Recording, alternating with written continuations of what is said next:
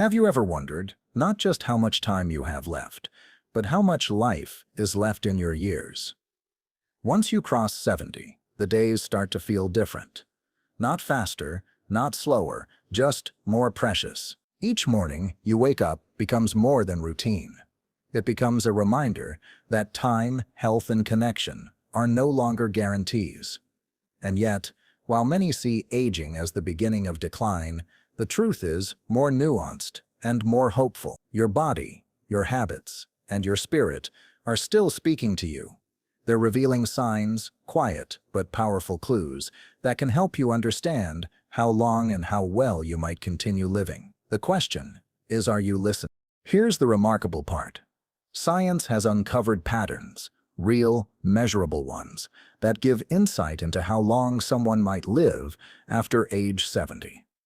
Not based on luck or genetics alone, but on simple, everyday signals most people ignore. These signs are not found in expensive tests or hospital charts. They're in your footsteps, your sleep, your appetite, your relationships, pieces of your life that are quietly predicting your future. The problem is, most of us only notice them when it's too late. But today, we're going to change that. We're going to look at 7 powerful signs that doctors and longevity researchers say are the most telling indicators of how long you may live after. And let me be clear, this isn't about fear. It's about clarity. Because once you see these signs in yourself, you don't have to feel helpless anymore. You can take action. You can make adjustments. And you can take back control of your future. You deserve to know the truth about your body, your lifestyle, and your potential. Because the second half of life doesn't have to be lived in the shadow of decline. It can be a season of wisdom, strength, and deep, lasting vitality. But only if you know what to look for. In this video, we're going to walk you through all 7 signs, step by step. And with each one, we'll share real-life examples, stories of seniors, just like you, who either ignored or embraced these clues. You'll learn how a simple thing like your walking speed or your sleep pattern could be painting a picture of your future health. And more importantly, we'll show you what you can do today, right now, to improve those signals and strengthen your odds for a longer, fuller life. Because the truth is, the quality of your years ahead depends on the quality of your attention today. If you've made it this far, and you're ready to take your life seriously, even now, especially now, then I invite you to do something small but important. Comment number 2 below to let us know you're still watching and that you care about your health and future. And if this message is resonating with you, please subscribe and turn on the bell. That way, you won't miss the next video that could make all the difference in how you live, love, and age from this day forward. Now, let's begin. The first sign may seem simple, but it holds incredible power over your future. Your walking speed. What it says about your health might surprise you. Let's begin with one of the most surprising indicators of how long you might live after 70, your walking speed.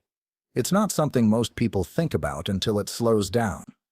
But researchers around the world, including in large aging studies, have found that your pace can reveal more about your overall health than even your blood pressure or cholesterol levels. That's because walking isn't just about your legs. It's about your heart, your lungs, your balance, your coordination, and even your brain function. When you start to slow down, especially if it's not on purpose, your body might be signaling that it's losing resilience. Imagine 2 men, Joe and Frank, both 75 years old. Joe still takes a brisk 30-minute walk every morning. He moves with purpose, steady and strong, navigating curbs and inclines with little effort. Frank, on the other hand, used to be active, but now his walks are short and careful. He pauses often. He feels winded even on flat ground. He sometimes avoids going out altogether. On the surface, both are aging naturally. But underneath, their bodies are telling very different stories. Joe's steady pace reflects a strong cardiovascular system, good muscle tone, and a mind still sharp enough to react quickly. Frank's slow, uncertain walk may be an early sign of declining muscle mass, poor circulation, or even subtle neurological issues. Why does this matter? Because when your walking speed decreases, so does your ability to recover from illness, avoid injury, and remain independent. Studies have even linked slower walking speeds to shorter life expectancy, especially when the decline happens rapidly or without any clear explanation. But this isn't something to fear, it's something to notice. Because once you're aware of it, you can strengthen what's weakening before it becomes a crisis. You can take steps, literally and figuratively, toward reclaiming your health. Improving your walking speed doesn't require a gym membership or intense workouts. It starts with small daily choices. Walking a bit farther than yesterday, practicing good posture, lifting your knees higher with each step, or even doing light resistance training for your legs. And don't underestimate the power of walking with others. Group walks, community strolls, or simply moving with a partner can increase your motivation and improve your pace over time. These moments not only strengthen your body, but also feed your sense of purpose and connection. Two other key factors in longevity we'll touch on later. So ask yourself, how fast are you walking these days? Not when you're rushing, but in your normal, everyday pace. Do you feel stable, confident, and strong? Or do you find yourself shuffling, hesitating, or avoiding movement altogether? Pay attention to your answer, because your walking speed is more than a habit. It's a signal, a mirror, a window into your future. And if you don't like what it's reflecting, the good news is you can change it. As we move forward, keep in mind that aging doesn't mean giving up control. It means learning how to listen more deeply to your body and taking action when it speaks. Let's now look at the second sign that reveals even more about how well you're aging. The strength of your grip. It might sound simple, even strange. But one of the most powerful predictors of how long you'll live after 70 is right in the palm of your hand. Your grip strength. That's right, the way your hand holds a fork, carries a bag, or shakes another person's hand tells a deeper story about your health. Scientists have found again and again that grip strength strongly correlates with overall vitality. When your grip is strong, chances are your muscles, heart, and nervous system are functioning well. But when it starts to fade, it could be a signal that your body is losing its foundational strength. Let's look at two men, Robert and Walter, both 78. Robert has always enjoyed staying active. Even now, he spends a few minutes each day, doing light exercises and lifting small weights. His hands are steady, and his grip remains firm. He opens jars without struggle and carries groceries with ease. Walter, on the other hand, has noticed changes. Tasks like opening a bottle or holding a heavy bag now feel exhausting. He brushes it off as normal aging. But what he doesn't realize is that his weakening grip could mean much more than inconvenience. It could be the first sign of muscle loss, lower bone density, or even reduced coordination, each of which increases the risk of falls, hospitalizations, and long-term decline. Why does grip matter so much? Because your hands are connected to the strength of your arms, shoulders, and upper back. And when your grip starts to weaken, it often means the rest of your muscular system is weakening too. This doesn't just affect your ability to lift or carry, it affects your ability to protect yourself from injury, to rise from a chair, or even to steady yourself when balance is lost. It's a silent warning sign, but thankfully, one that's easy to detect and even easier to improve with the right habits. Here's the hopeful part.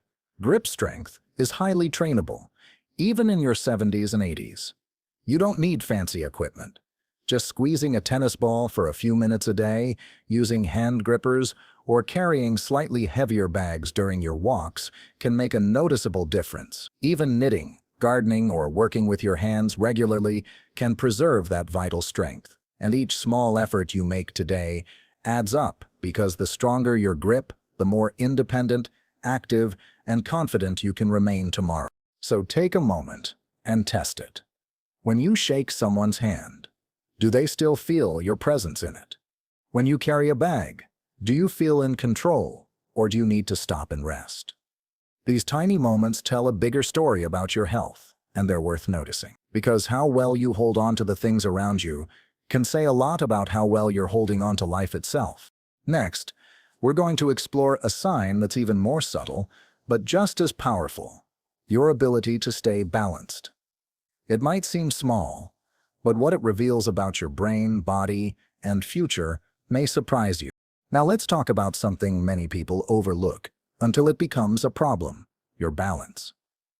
At first glance, it may not seem as important as blood pressure or cholesterol, but your ability to stay upright, steady, and confident on your feet is deeply connected to your longevity. In fact, researchers have found that one of the most reliable tests for future health is simple: can you stand on one leg for at least 10 seconds? It may sound easy, but for many, it's a silent signal that things are changing inside the body, long before more obvious symptoms appear.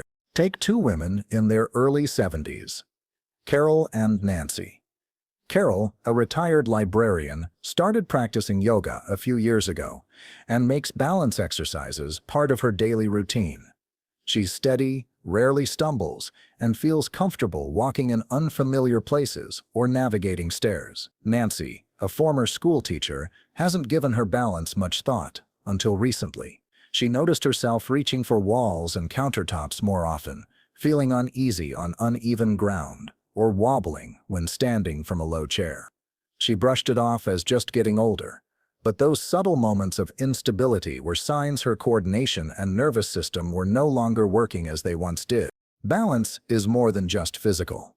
It requires coordination between your muscles, joints, inner ear, and brain.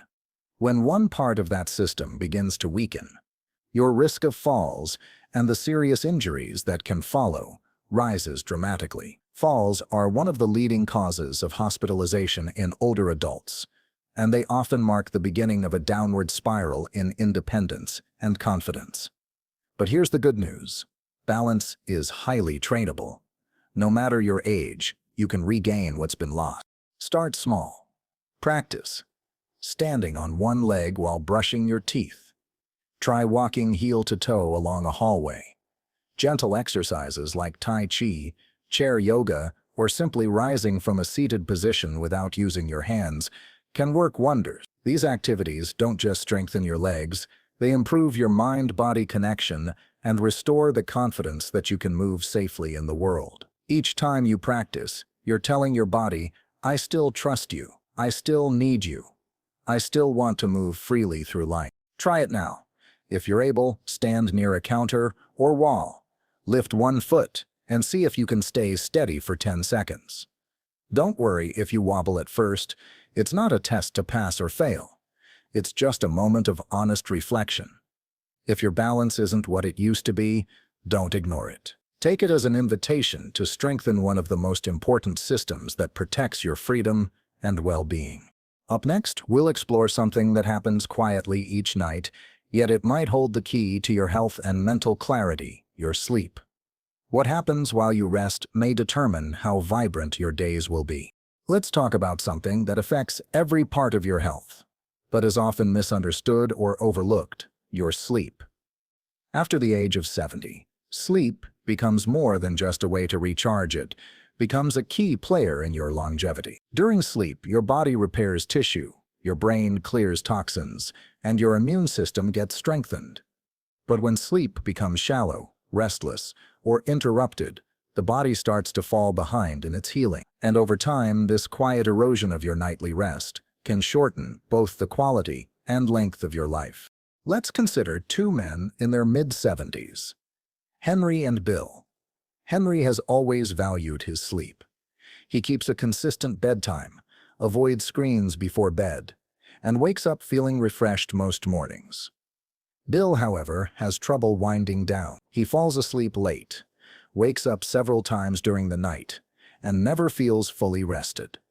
Over the years, the difference in their sleep patterns begins to show. Henry remains mentally sharp, emotionally steady, and physically active. Bill, meanwhile, starts to feel foggy during the day. His blood pressure rises, and his risk for conditions like heart disease and memory decline increases, all linked to poor, inconsistent sleep. Sleep isn't just about how long you stay in bed, it's about the quality of the rest you get while you're there. Seniors often think poor sleep is just part of aging, but that's a myth. While sleep patterns naturally change with age, chronic sleep problems aren't normal, and they're certainly not harmless.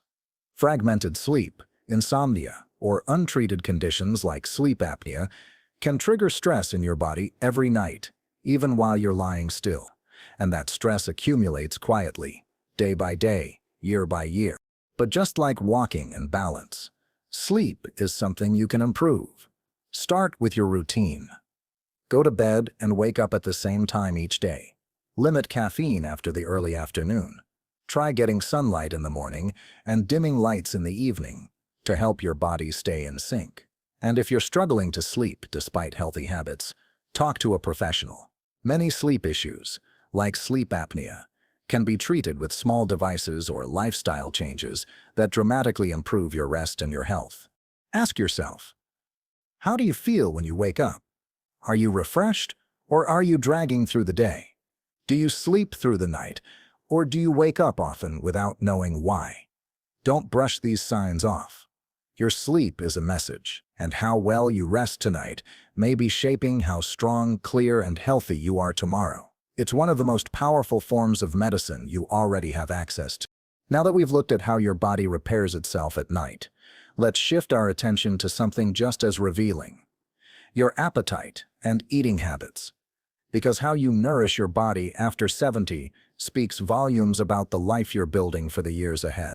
As we grow older, our relationship with food changes, but what you eat, how often, and how much can quietly reveal how long and how well you may live. A healthy appetite is often a reflection of a healthy body. When you're eating regularly, enjoying your meals, and maintaining a steady weight, it usually means your system's digestive, hormonal, muscular are all functioning smoothly. But when your appetite starts to fade, especially without explanation, it can signal that something deeper is going on. Let's take two women, Margaret and Susan, both 74. Margaret looks forward to her meals. She enjoys preparing simple, colorful dishes and eats a balanced diet with plenty of fruits, vegetables, and protein. She's alert, maintains her strength, and feels satisfied after eating. Susan, however, used to love cooking, but now she finds herself skipping meals.